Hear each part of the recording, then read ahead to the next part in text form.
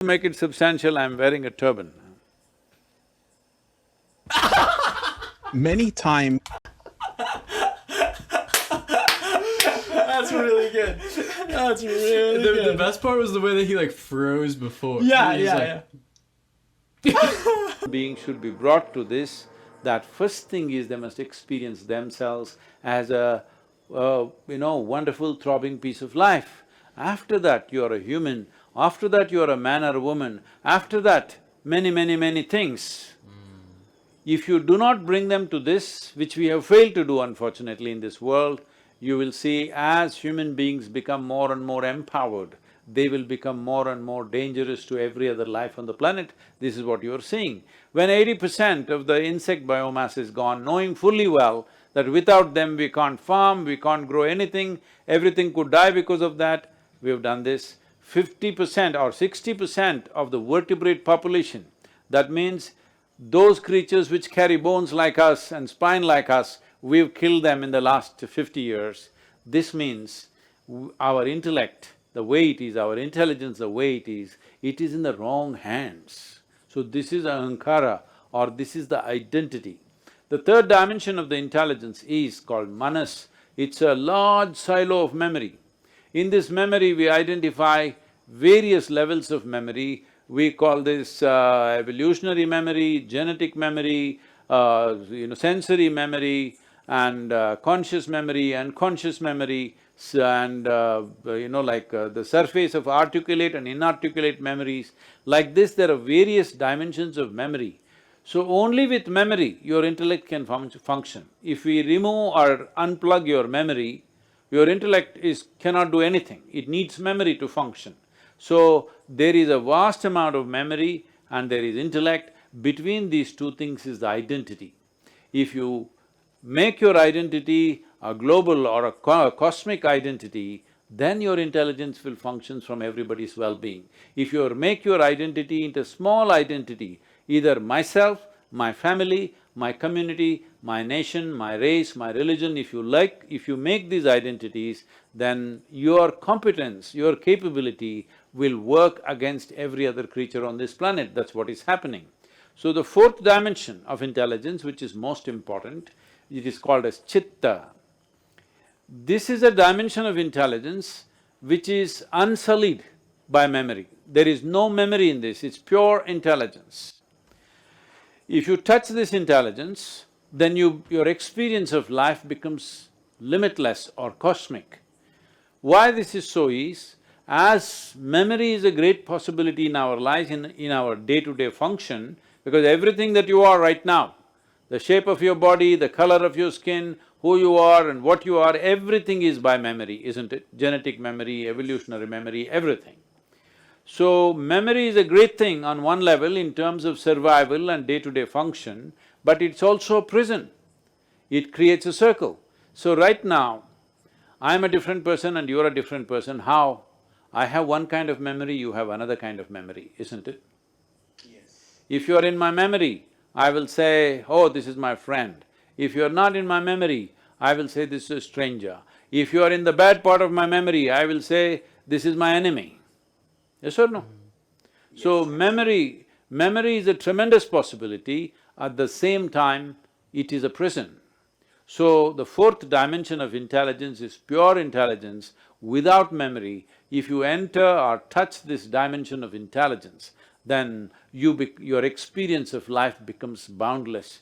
Even for a moment, if your experience of life became beyond the limitations of your body, the limitations of your thought and emotion and imagination, beyond that if you experience life, after that nobody has to tell you what is good, what is bad. Anything that you have experienced as a part of yourself, with that you have no conflict. This is yoga. The word yoga means union. Union means the individual and the universal became one. It is always one. It is just that you have a fancy idea that you are an individual. Right now, as much an individual as you are breathing, aren't you? absolutely. Just I'm breathing breathe. in the good ass prana. Yes. Now that is your idea, but you're breathing. Your breathing means you are in communication with the rest of the creation, otherwise you cannot exist. If you stop this, you cannot exist. So in every way, every cell in the body, every atom in the body, every subatomic particle in the body is in communication, is always together. Only in your head you think you're an individual. So word yoga means you consciously obliterated the boundaries of your individuality. Now you're in yoga. Yoga does not mean wearing Lululemon pants and twisting and turning. Hey, you know the brand, see, look at you. You shouldn't be wearing them, come on. Yes, yes. So when we talk of letting go, because a lot of people always ask, how can I let go and trust the universe? Do you feel it's about letting go of all of these concepts we've given ourselves, our race, our religion, our nationality? Is this the greatest way to let go and trust the universe? Let go what? What is sticking to you, I want to know.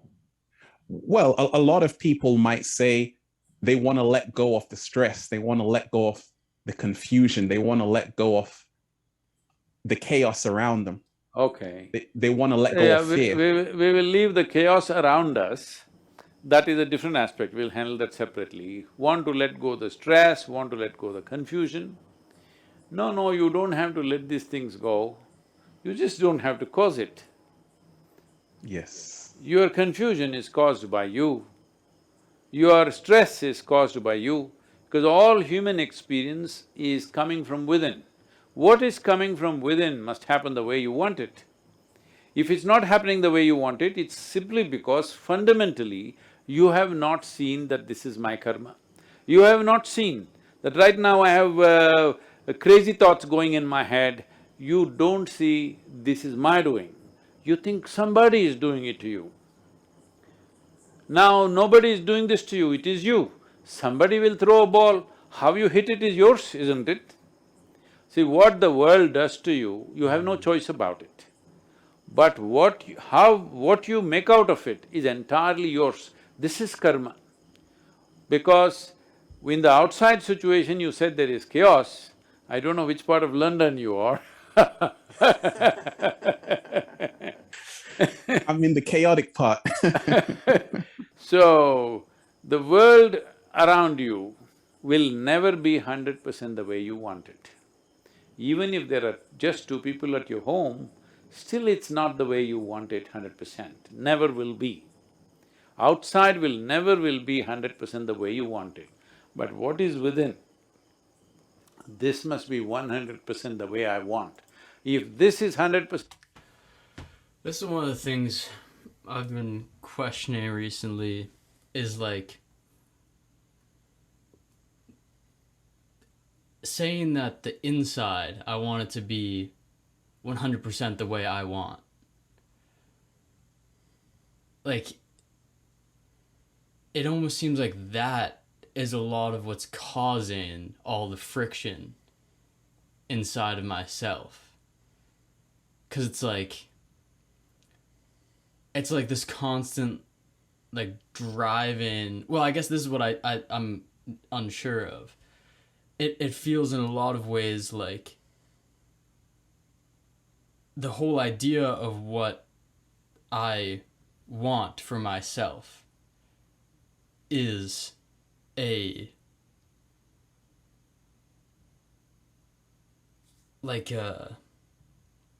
like putting up these ideas of how things are supposed to be and feel and are, which seems to me just like other blockages in front of whatever this thing is. Like, it gets back to that idea of like effortlessness. Yeah. That a lot of teachers speak about. And it's like everything I want inside of me feels like I need to make effort to get there, because like I want it. Yeah. So I've just been conflicted on like, it's kind of been a bit of an identity crisis of being like, do I know what I want? Like, what is it that I want? Who is this I? Yeah. And what? And every time, the more I separate the more I separate Mitch from the I behind it, I realize how much of the things that I would want for myself is just Mitch. Exactly. And so yes, that's the best. That's good. that's why I feel Value like judgment.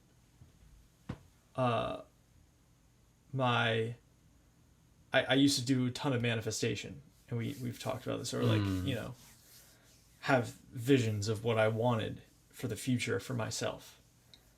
And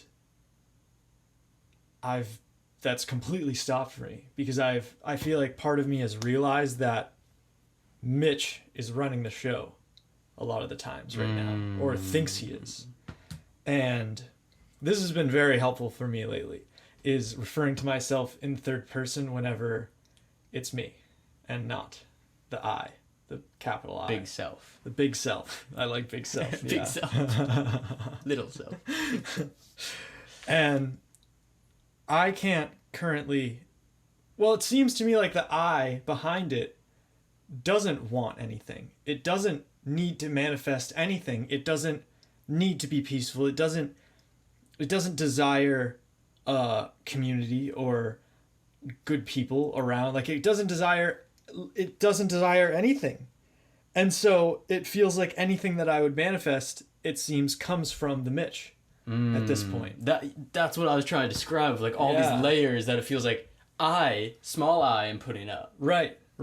And it's like, for so long I thought, oh, this is my true me coming through. Like this is when I'm rising to my essence, when I'm manifesting the best things, and I know I want to live like on a commune, and I want to be really good to the environment, to the point where I'm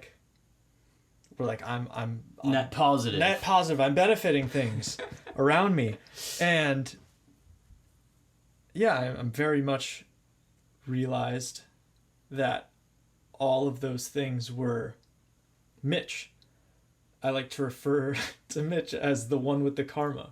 Like the one with the karma, like, considers himself a nature boy, and like likes to do that, and likes to be completely identified with all of that out there, and not so identified with being human, and you know, like trying to escape that.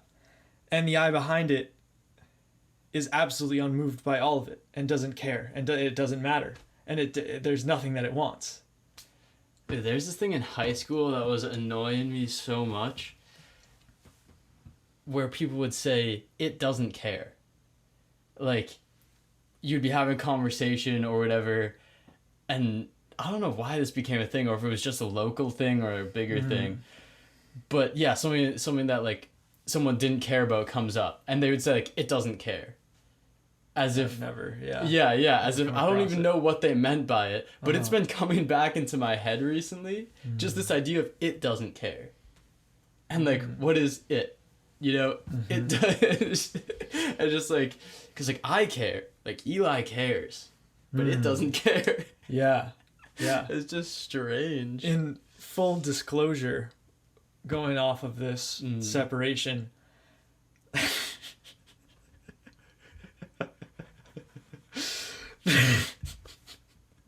this whole episode, this interview that we've been watching, is just like so like steeped in like dealing with stuff. And we have a picture we have a picture of Nisargadatta, is Something it? like that, Something yeah. like that on the left. We'll pull it up here.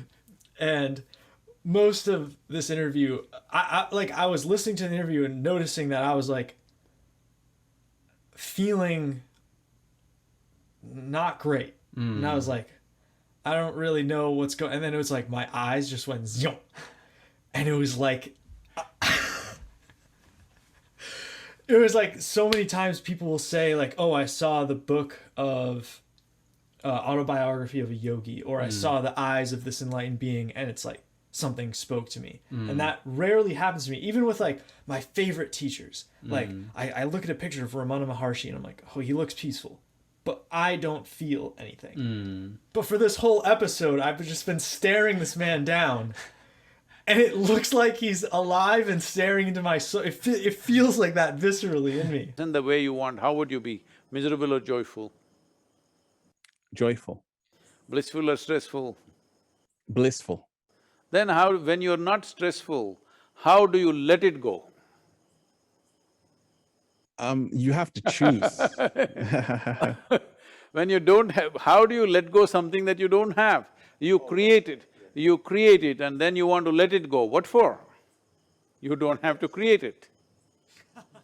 Because what you call as stress is inefficient way of managing your mind. What you call A as lot stress… of I'm sorry. Definitely, a lot of people right now, humanity is looking for answers. Many people are losing hope and they're wanting the world to change. If we truly all stepped into our true power, who do you think we would be? And what would the world look like if everybody stepped into their true power? Who would we be? And what would the world look like? Uh, we would be human beings. Right now, we are acting like aliens on this planet. We would be human. To be human means, the significance of being human is, every other creature has its territories and boundaries. There is a reptilian brain within our brain, which fixes boundaries.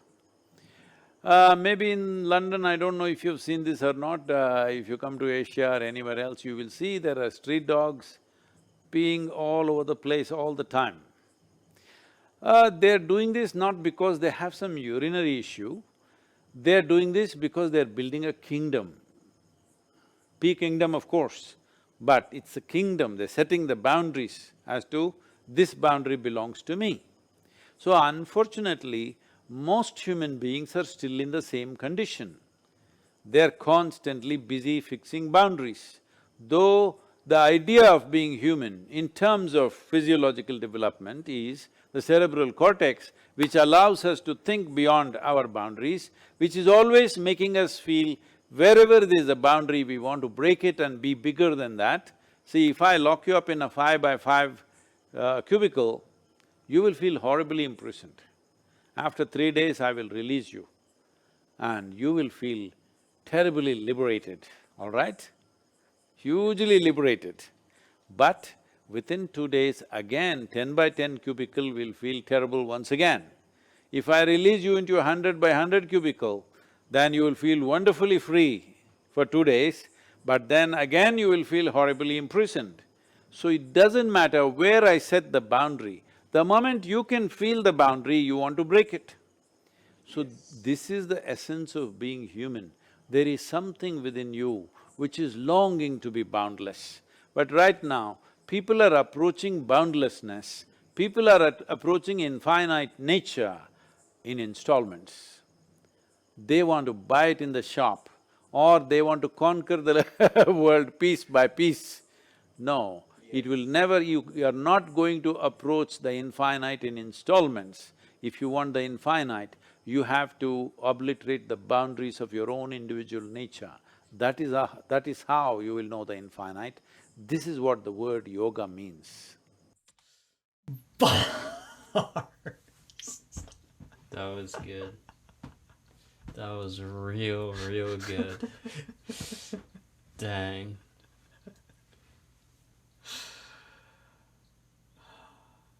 Yeah, it feels like there's a jump. Like, I feel like so many people talk about it, like quantum, like going from 3D to 5D or like shit like that in the different sort of realms of spirituality. But it's just such a… yeah, the more and more you observe, the more and more you see never satisfied. Never satisfied. And it's like if you've gotten this far with that, then you start to be like, all right, well, probably the next thing and the next thing and the next thing. Something that's been really hitting me lately is, can I have the foresight with something so that I don't have to see it out before I realize that it's not getting me somewhere? Can I see that, for me personally, like, it seems a real focus on career and like building a career or like anything like that. Like choose any route of something that you think might make you happy. And I've been trying to just nip that on the inside. You know, like on the outside, yeah, I'm still on this channel. Like you could consider this a budding career or whatever you want to call it. Flowering YouTuber. On the outside, sure, fine.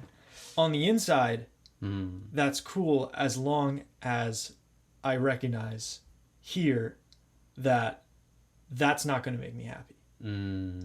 Like, that's a thing that could support this, like, physical life. It is not going to make me happy. And I could go about my life thinking it's going to make me happy, going and going and going until, like, this channel's successful or I have an awesome career. And then I realize 10 years later from now that didn't make me happy. And then I'm right back here where I was. And so that's where I'm at, is anything that I think will make me happy, trying to chop that right where it is and say, no, that's not going to make me happy. I know it's not going to make me happy because that's the mind saying it's going to make me happy. That's a projection into the future. Even something as short-term for me is like short-term as like the pleasures of eating a meal. Food has been a desire at the forefront of my awareness lately. And recognizing on the day-to-day basis, oh, eating a good meal, that's not going to make me happy. And it never has, and the mind says it will, and it won't. Yeah. I've had the last few days just this like lack of any sort of motivation. And it feels in a lot of senses like I am seeing where my motivation has come from the whole time. And it is, do this, and then you'll be this. Yes. And it's like, damn it. I'm stuck. It's like an Avatar where, I don't know if any of you watch Avatar, but there's this like sort of bad guy firebender. His name's Zuko. Last Airbender Avatar. Yeah, has potentially some similar characteristics to certain parts of Eli. And at a certain point... What are you talking about? I'm gonna destroy this room.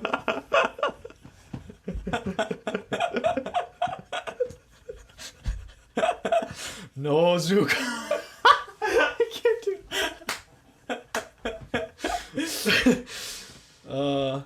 what was I saying? Oh yeah. It's like when Zuko stops, he loses his anger at a certain point.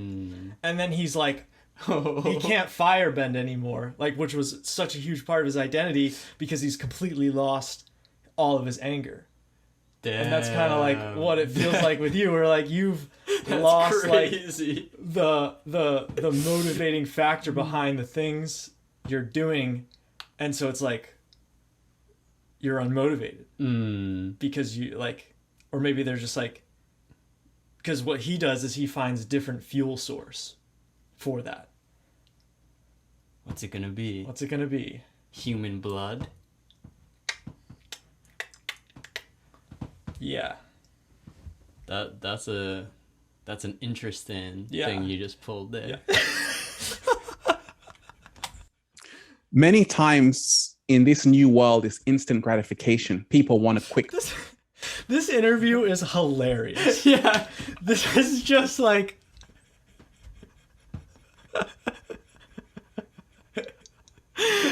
You can just see what two the faces. hell is this? Oh my gosh. Oh yeah. This is I'm not even gonna say anything more about it. Yeah. Just whoever's editing this, pull this up. It's just I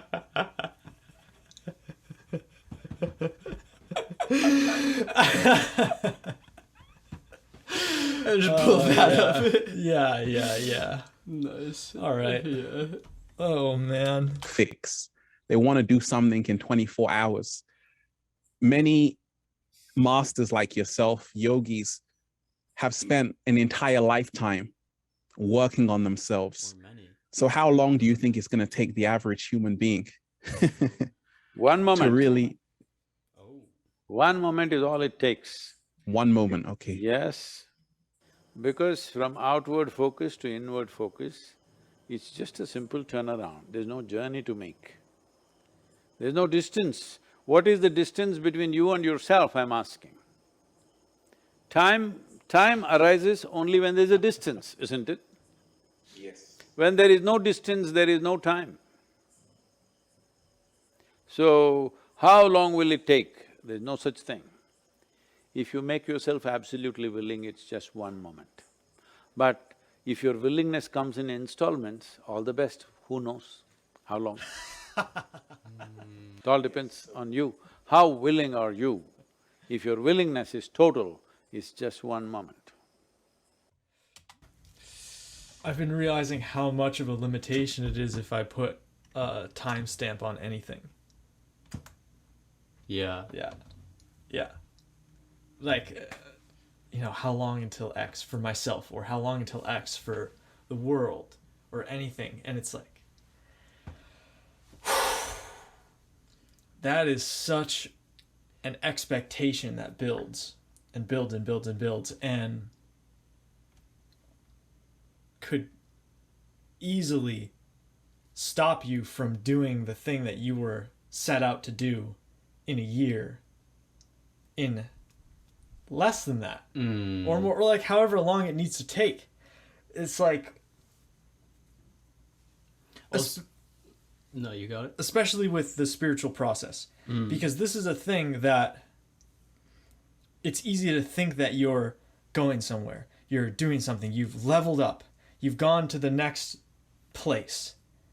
And I've been realizing that nothing that I've done so far in this thing, the path, whatever, is permanent and is permanently useful. It's useful to me at times, and at other times, it's gone. And so, really, I've done nothing. And Yeah, that Ramana line of only the permanent thing is what matters. yeah. And so, because of this, it's like, oftentimes I create this timeline, like, okay, I've done this, this, and this. Yogis talk about all those things, and then they say, there's this step, this step, this step. Let me see how long that'll take. And that has been such a trap for me. Because I feel like I've been beginning to liberate myself from that, with realizing that, nothing that I've done so far is permanent. And it seems to just come and go when it wants. And so I've really done nothing. And also not feeling bad about that. Years of practicing and building this practice within myself, it's like, yeah, I've done nothing.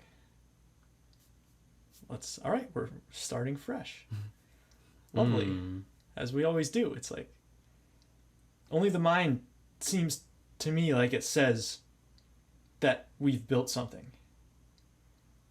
Like, if you separate the mind, it's like everything's just fresh all the time. But the mind's like, we're halfway there. Memories. Yeah. So 1 moment to change the world, that's so empowering. I feel that's what people need. No. I'm not talking about changing the world.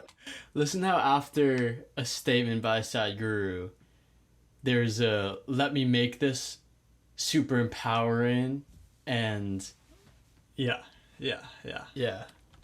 I'm talking about an individual human being.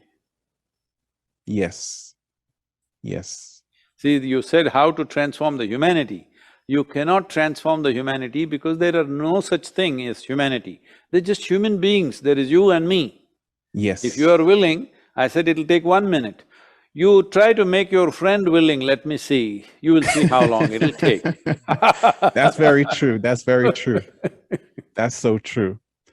And what keeps you in good spirits with everything that's happening? Because you have to deal with a lot of people every single day. I'm not keeping myself in good spirit, I'm a good spirit.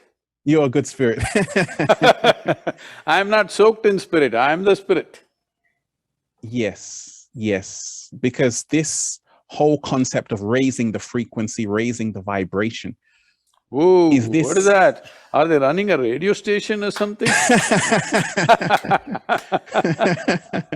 well, a lot of people always want an elevated state of consciousness. They want to feel more alive. And would you say that sometimes just letting go of all of that is how you feel more alive in itself? Letting When go you stop what? trying so hard? Letting go what? Only thing that is going away is life. As you sit here, life is just ticking away. Nothing else to let go. What is ticking? Nothing's Yes. ticking here. You imagine all those things and you… See, it's like this. You imagine a burden on your head and you carry it with great difficulty, and then you imagine you put it down. All the best. By tomorrow morning, something bigger will be sitting on your head, because you're living in the land of imagination, on memory. This is the problem. See, memory is of yesterday. It's something that's already gone by. Imagination is about something that's yet to happen.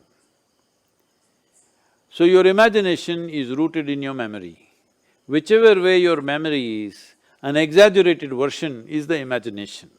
Both these things have no relevance to life because both of them are not alive. You're talking about me being in good spirit. No, no, I'm not in good spirit. This is the spirit. This is the way every life is made. But they have put a head on top of it, which is like a rock, and it puts the spirit down. Spirit can't get out. There is a rock sitting here. I don't have a rock on my head. Just to make it substantial, I'm wearing a turban. Many times, people are looking for someone to guide them. Have you ever seen a Sadhguru raise his eyebrows? Yo, let's return to that eyebrow raise. Just to make it substantial, I'm wearing a turban. Many times, That's really good. That's really good. The best part was the way that he like froze before. Yeah, He was yeah, like, Nice. yeah. Wow. Yeah, I mean, raise the vibrations, am I right? Yeah. I've noticed, I feel like this guy is the physical embodiment of what Sadhguru says when he talks about things happening in California. Yes. You know? That's exactly it. And there's a lot of people, like anyone spiritual around my like physical realm, like in the US, like people who I'll encounter who like consider themselves to be like spiritual people. There's so much talk about like vibration and raising the vibration and raising the frequency. And what I've noticed is that you don't raise the vibration in yourself, you just like shut the parts of yourself off that don't recognize the vibration, and then it just happens like within you. And it's always happening. There's no raising that needs to be happening. It's like you just need to shut up on the inside, you know? Like you need to quiet down on the inside and stop like having this little motorboat. Well, I guess you can't stop it, but just like finding ways where that naturally quiets down. And then It doesn't stick to you anymore. Don't stick it. yeah. Yeah. And then this, whatever the people are talking about, it's like that was just always there, and you're like, whoa, what's this new thing? It's like, it's not a new thing. It's just always It's there. self-realization. Yeah. It was there, and you just realized. You just oh, remembered damn, it. it's there. Nisargadatta, he says like, oh, you're just remembering it. You just need to remember it. It's like you already knew it, you forgot. Now you just need to remember. It's I'm telling you, it's it's so simple. Yeah, we're making this thing hard. I love that difference you just said where he goes, or you were just saying like the spiritual people, you know. The interesting thing, like just are you spiritual or are you spirit? And it's interesting because like being spiritual is defined and it is here. Yeah. And it exists and you can look at it. Being spirit is fleeting. You know, like it's smoke. It's like you can't pin it. And therefore it's like scary because you're letting go of the definitions, you know? You're letting go of that and becoming that. Or returning to that. All right, let's see if there's any more entertainment before this is over. People are looking for someone to guide them, leaders, politicians. Do we have to lead ourselves, or is someone coming to help us? Most of us are in democratic nations. Why politicians are not ourselves? They are ourselves too. Hello? Yes. Don't refer to them like they landed upon us from somewhere. They were ordinary people like you and me. Something that you think is a dirty job, you're not willing to lend your life to make it happen, so they lend their life, and today we are putting them under microscope and think they are the evil people. No, they were just like you and me, but they took this troublesome job of leading a nation, which is a big headache in today's world, but they've taken it up, so all we have to do is support them and demand the right kind of action because this is a democratic process. Rather than thinking they are some kind of evil species which has invaded this world. Sadhguru, I want to thank you for your precious time and you diving deep with us into infinite waters. You are truly appreciated. I love your message and thank you for everything you do for humanity. Next time I'll come with an oxygen tank, Ralph. Thank so you. that I can go much deeper and see what the hell is there. Thank you. Thank you so much. Thank you. Thank you. Namaskar. Thank you so much. Thank you. Thank you. Yeah, that whole thing made me a little uncomfortable. Yeah. It's like, were you cringing? That was happening inside of you, Mitch. Just remember that it was happening inside of you the whole time. Yeah. You were cringing. Yeah. You were the one cringing. You were cringing. You felt uncomfortable. You were the one that was uncomfortable. And it doesn't matter how anyone else felt because you'll never actually know. Yeah. Oh, Nisargata. My one true love. Whoa. Yeah, what were your feelings? Or lack thereof? I'm just ready to raise the vibes. I think every time that we used to react to Sadhguru, I think we're going to replace that from now on with Infinite Waters reactions. Yes. Amen, brother. Wow. That made me just imagine what it would be like to interview Sadhguru. Yeah. And how to do it. I thought about that as well. What did you come to? Because I was realizing it kind of felt like there was this form trying to be created. Like he had questions that I feel like apply to his subscriber base. Definitely. And he was trying to get those questions in. Yeah. Which I guess, so I guess he did, and Sadhguru gave whatever answers he had. Right. But yeah, it made me feel like, I don't know, because I've watched enough Sadhguru that I know his answers to so many of these things. Right. So it's like, what would I have to ask? I feel like it would have to become just like a very natural. No questions. I don't know how I could. Yeah, I feel like I can't picture myself ever going off on a tangent because who am I? How am I the one that knows anything in the situation where I'm interviewing Sadhguru? You know, I feel like it would just be. And I'd also not want to just like blindly agree with things he says. Or just be like, oh, that was nice. Oh, I really like what you just said there. Yeah. And so that's where it gets to the point where I just kind of like, what I'd want to do is just like look at him, have him just like look back. I start crying. I love you. Yeah, I think there's no way that could be a planned thing. Yeah. As hard as that would be for Mitch would be like, you're gonna fuck up. You're gonna do it so wrong. Like, you're gonna make an embarrassment of yourself in front of all the people on YouTube. Sorry, Mitch.